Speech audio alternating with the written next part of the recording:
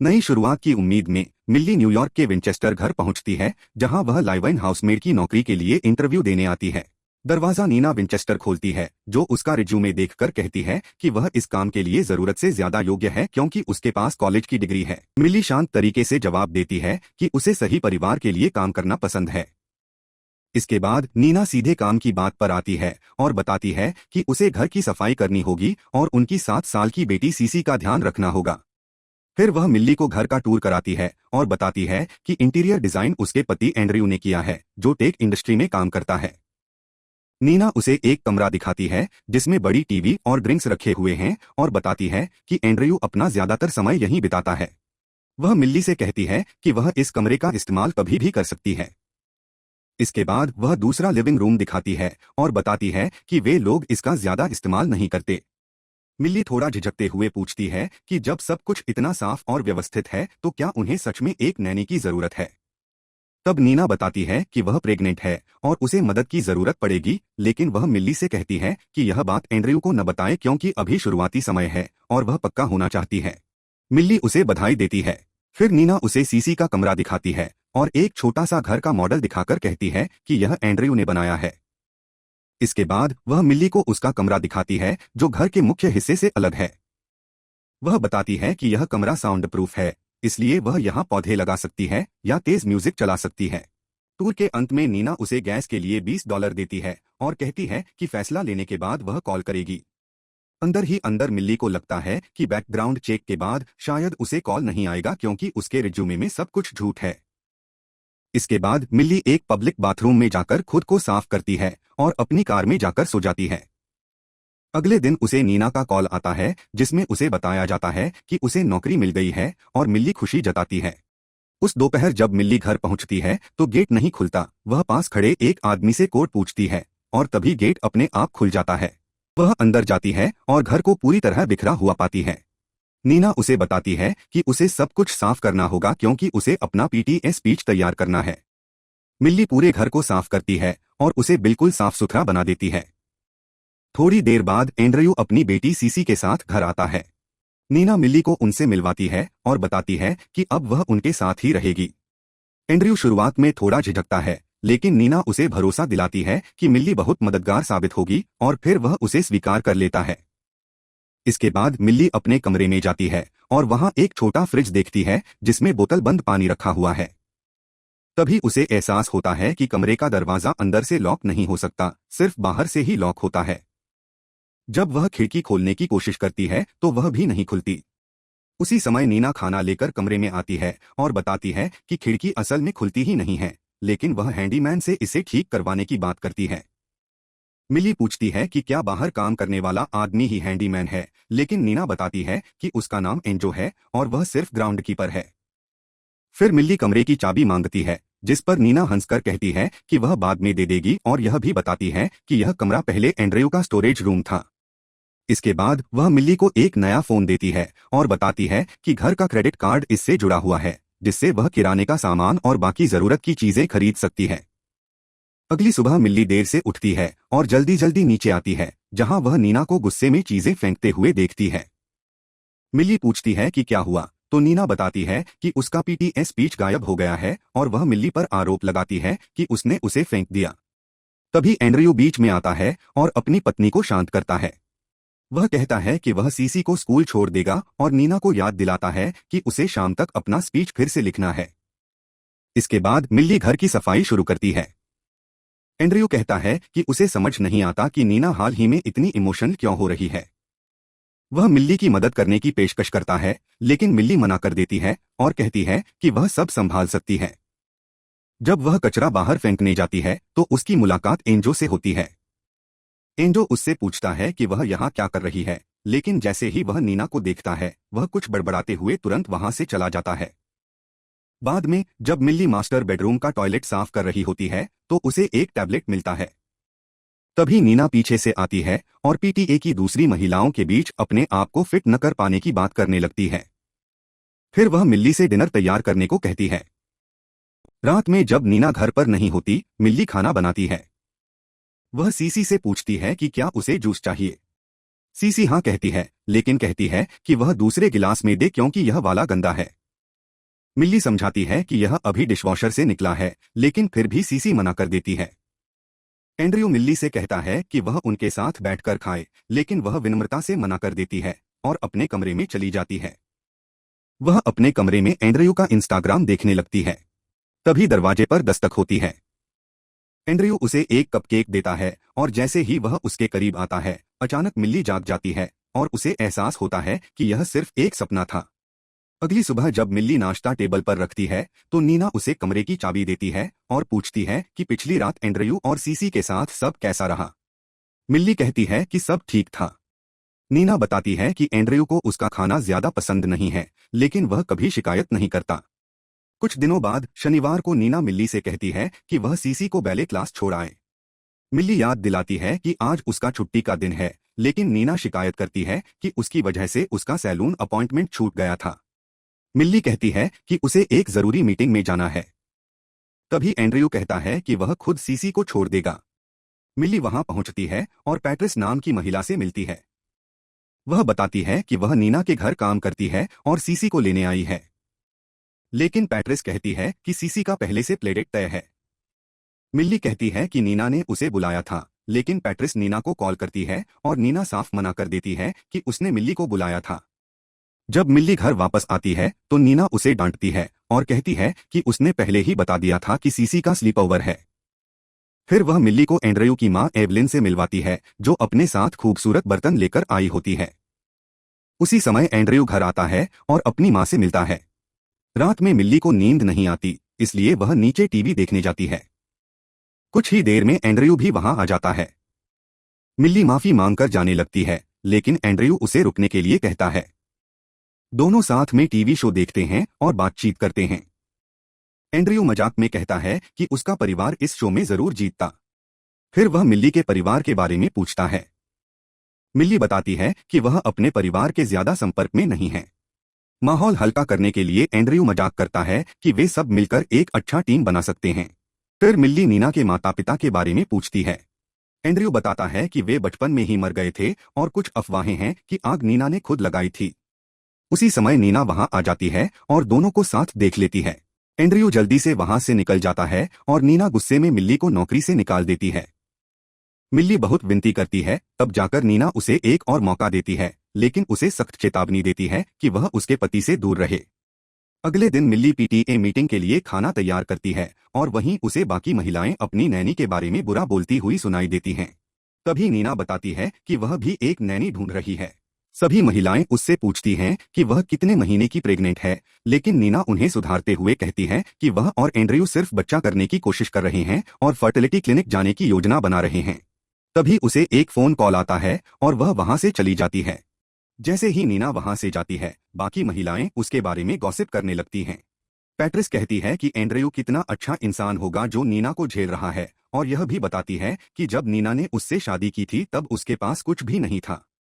वे यह भी बताते हैं कि नीना एक समय 9 महीने तक मानसिक अस्पताल में रह चुकी है। उस रात मिल्ली अपनी डायरी में लिखती है कि नीना ने प्रेगनेंसी के बारे में झूठ बोला है और वह उसे थोड़ा अजीब लगती है। अचानक नीना उसके कमरे में आती है और उससे कहती है कि इस शनिवार उसे सीसी का ध्यान रखना होगा क्योंकि वह और एंड्रयू शहर में डॉक्टर के पास जा रहे हैं। मिल्ली मान जाती है। शनिवार आता है और जैसे ही नीना और एंड्रयू घर से निकलते हैं, मिल्ली दवाइयों की अलमारी चेक करती है और उसे पता चलता है कि नीना जो दवाइयां ले रही है वे साइकोसिस के लिए हैं।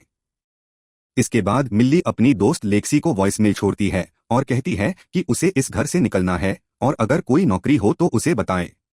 सीसी यह सब सुन लेती है और मिल्ली से पूछती है कि क्या वह जा रही है। मिल्ली उसे भरोसा दिलाती है कि वह कहीं नहीं जा रही और उसके लिए सैंडविच बनाने लगती है। माहौल हल्का करने के लिए वह उससे पूछती है कि क्या उसे स्कूल में किसी पर क्रश है, लेकिन यह सवाल सुनकर सीसी का मूड खराब हो जाता है और वह कहती है कि उसे उसकी दोस्त बनने की जरूरत नहीं है। मिल्ली धीरे से जवाब देती है कि वह इसलिए उसकी दोस्त बनना चाहती है क्योंकि उसे वह पसंद है। धीरे धीरे माहौल ठीक हो जाता है और सीसी अपने डॉल हाउस से खेलने लगती है। तभी अचानक नीना की चीख सुनाई देती है। बाद में पता चलता है कि नीना को एक ऐसी बीमारी है जिसकी वजह से वह बच्चे पैदा नहीं कर सकती।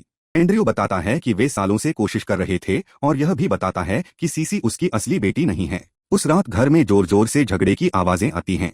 मिल्ली देखने जाती है और देखती है कि नीना के हाथ में खून लगा हुआ कांच का टुकड़ा है। एंड्रयू उसे संभाल लेता है और दरवाजा बंद कर देता है। अगली सुबह नीना मिल्ली से माफी मांगती है कि उसने प्रेगनेंसी के बारे में झूठ बोला था।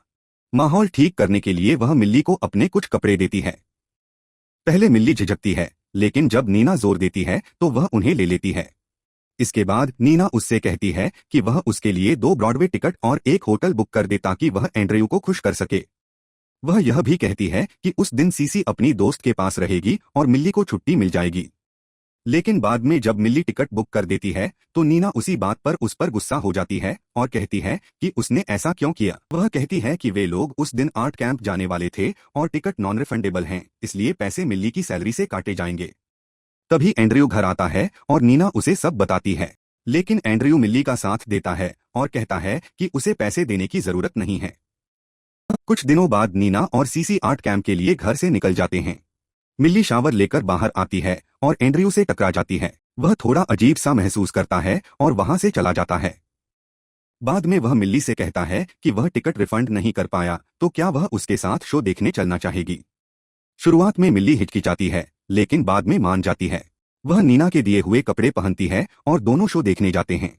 वहां वे अच्छा समय बिताते हैं। होटल में एंड्रयू अपने बारे में बताता है कि वह अपने पिता की कंपनी संभाल रहा है और हमेशा एक अच्छा पति और पिता बनना चाहता था।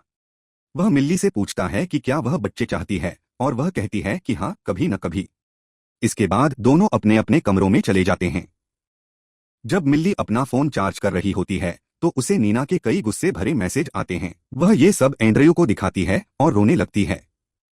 एंड्रयू उसे संभालता है और इसी दौरान दोनों के बीच नजदीकियां बढ़ जाती हैं और वे एक साथ रात बिताते हैं। अगली सुबह एंड्रयू उसकी तारीफ करता है।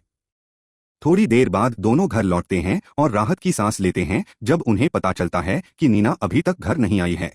लेकिन कुछ ही देर बाद नीना घर आ जाती है। वह मिल्ली से अपने मैसेज के लिए माफी मांगती है और पूछती है कि उसने अपना दिन कैसे बिताया। मिल्ली झूठ बोलती है कि वह अपनी दोस्त के साथ बाहर गई थी। नीना मुस्कुराती है और उसके खाने की तारीफ करती है, लेकिन फिर कैजुअली बताती है कि मिल्ली 10 साल जेल में रह चुकी है। वह कहती है कि यह अच्छा है कि वह नई शुरुआत करना चाहती है। इसके बाद मिल्ली को धीरे धीरे एहसास होता है कि नीना को सब कुछ पता चल चुका है। इसके बाद मिल्ली ग्रोसरी लेने जाती है, जहां एक महिला उससे उसके नए फोन के बारे में बात करती है और बताती है कि कई बार ऐसे फोन ट्रैकिंग के लिए दिए जाते हैं। तभी मिल्ली को समझ आता है कि नीना को उसके और एंड्रयू के रिश्ते के बारे में सब पता है।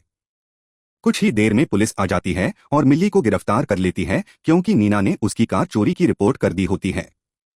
बाद में एंड्रयू आकर उसे छुड़ाता है। रास्ते में मिल्ली उसे बताती है कि वह पहले जेल में थी, लेकिन एंड्रयू कहता है कि उसे अपने अतीत के बारे में कुछ भी समझाने की जरूरत नहीं है और वह जानता है कि वह एक अच्छी इंसान है। जब दोनों घर वापस आते हैं तो नीना उन्हें रोकती है और ब्रॉडवे टिकट देखकर उन पर अफेयर का आरोप लगाती है। दोनों इसे नकार देते हैं, लेकिन एंड्रयू कहता है कि नीना फिर से बातें बना रही है।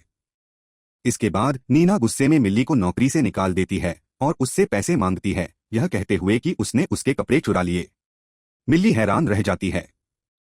तभी एंड्रयू अचानक गुस्से में आ जाता है और नीना को घर से बाहर निकाल देता है। जाते जाते नीना मिल्ली को थप्पड़ मारती है और वहां से चली जाती है। इसके बाद मिल्ली कहती है कि वह भी चली जाएगी क्योंकि उसे अपनी पैरोल के लिए नौकरी और रहने की जगह चाहिए, लेकिन एंड्रयू उसे रोक लेता है और कहता है कि वह उसके साथ यहीं रहे। मिल्ली मान जाती है। अगले कुछ हफ्तों तक सब कुछ अच्छा लगता है। एक दिन एंड्रयू कैजुअली कहता है कि उसकी मां को उसकी मुस्कान बहुत पसंद है और बाकी महिलाएं भी। धीरे धीरे चीजें अजीब होने लगती हैं। सुबह मिल्ली बाहर एंजो को उसे घूरते हुए देखती है और यह बात एंड्रयू को बताती है। एंड्रयू तुरंत एंजो को नौकरी से निकाल देता है। इसके बाद एक दिन मिल्ली गलती से एवलिन द्वारा लाया गया एक महंगा बर्तन तोड़ देती है। एंड्रयू कहता है कि कोई बात नहीं, लेकिन उससे टूटे हुए टुकड़े इकट्ठा करने को कहता है।